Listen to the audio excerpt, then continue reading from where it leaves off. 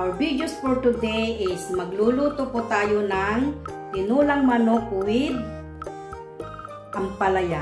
Pamilyar po ba kayo sa tinulang manok with ampalaya? So, ka-angels, yung iginayak ko, may ampalaya dyan, may ricado na ako dyan na sibuyas, bawang, luya, at ayan yung aking lininisang manok.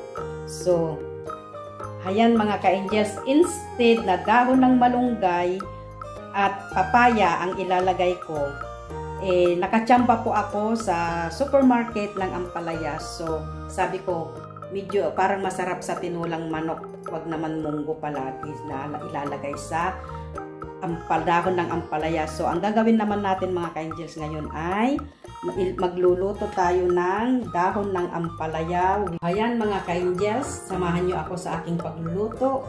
Samahan nyo ako hanggang dulo. Ayan, mainit na po yung ating mantika at atin na pong ilublob ang ating bawang.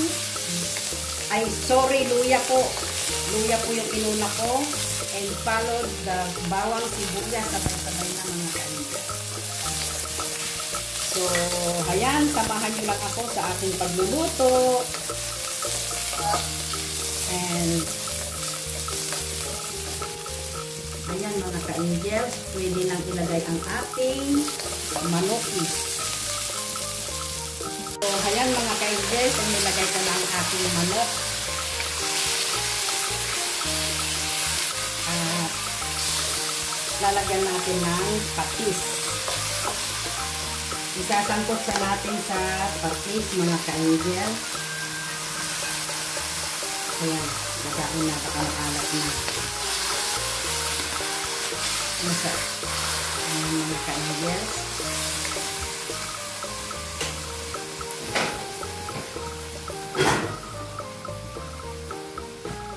Lagyan natin ng pamintang buo. Buo na lang po ang ilalagay natin para maganda.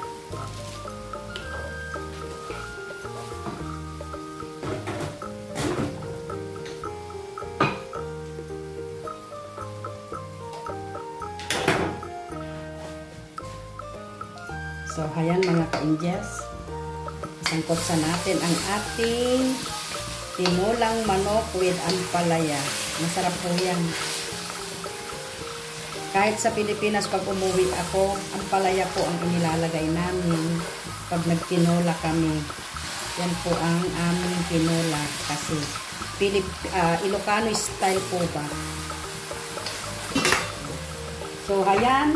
Mga ka-angels, samahan nyo ako at ating takpan muna para masangkot sa at para tumiim po yung patis na inilagay natin sa karne ng manok. So, ayan mga ka-angels, update ko kayo mga ka-angels. So, ayan mga ka-angels, ating i-check ang ating nilulutong chicken.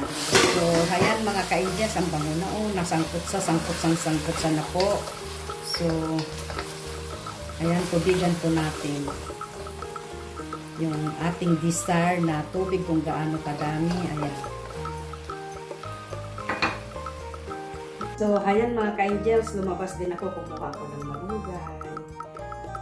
Sariwang-sariwa po, bagong pitas. Ayan, gusto ko po kasi maraming gulay.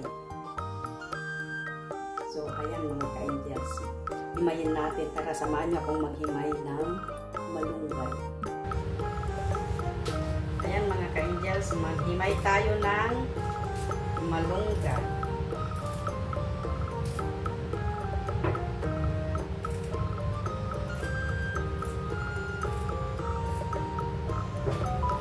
Bagong pitas po bagong kuha tong aking malunggay, press na press mga ka-angels. Parang nasa Pilipinas ang pig. So, ayan, samahan niyo ako mga ka-angels sa aking pagluluto ng tinulang manok with dahon ng malunggay at ampalaya mga ka-angels.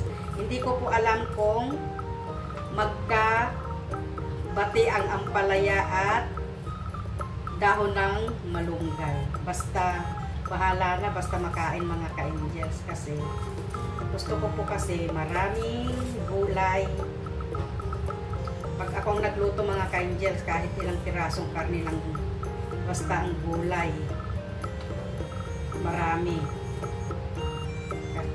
More on gulay po kasi ako.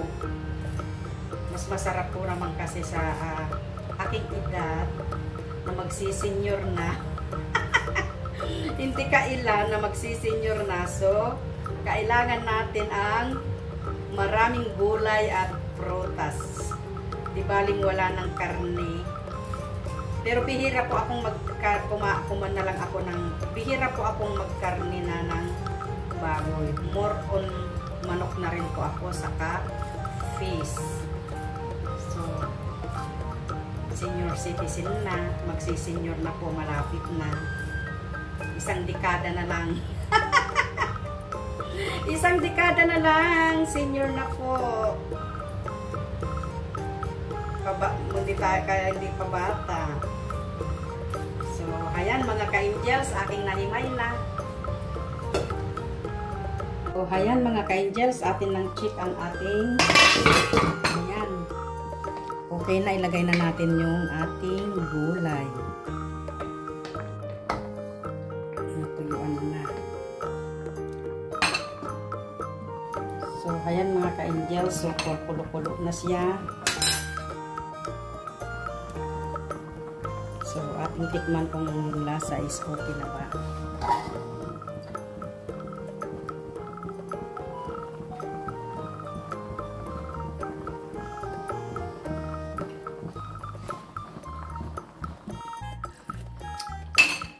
Okay lang po yung lasa. Huwag po tayong maging maalat. So, ilalagay ko na yung ating ampalaya.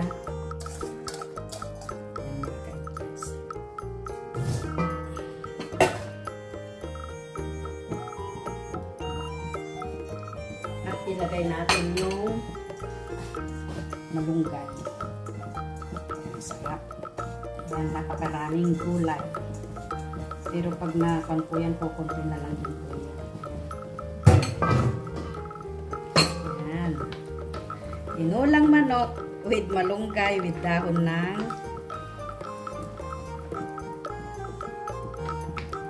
ampalaya. Sarap po kasi yung maraming gulay. Ayan mga ka-angels. So, luto na. Kain na tayo.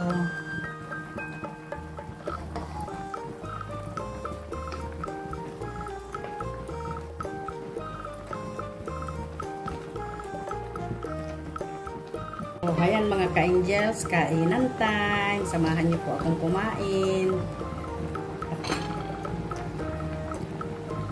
Ayan mga ka-angels, nahango ko na. So, tara, kain tayo. Kung sinamahan nyo akong magluto, samahan din nyo akong kumain mga ka-angels. So, ayan mga ka-angels, tara, kain tayo. So, ampalaya. Tara mga ka-angels. At ating tikman yung ating nilutong tinulang manok with ampalaya. Daon ng ampalaya at malunggay. Mga angels, masarap. Parang gusto ko ba yung may malalasahan kang konting pait-pait sa tinula. Lalo na pag nasa Pilipinas mga ka-angels, na manok saka daon ng ampalaya. Sarap. Tikman ko.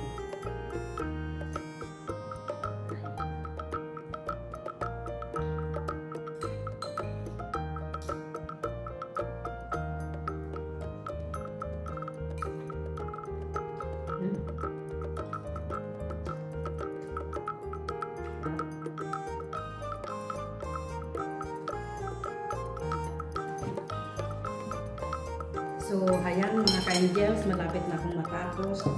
Talagang yung gulay po ang kinain ko ng kinain. At napakasarap talaga ng gulay.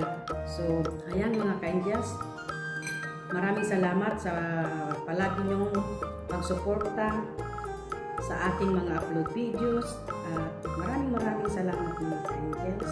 At kung hindi pa kayo nakasubscribe sa aking channel, please subscribe, like, and share mga ka-angels. guys. Maraming salamat sa pagsama nyo sa aking pagkain at sa aking pagluluto ng mga ka-angels. Bye! God bless everyone!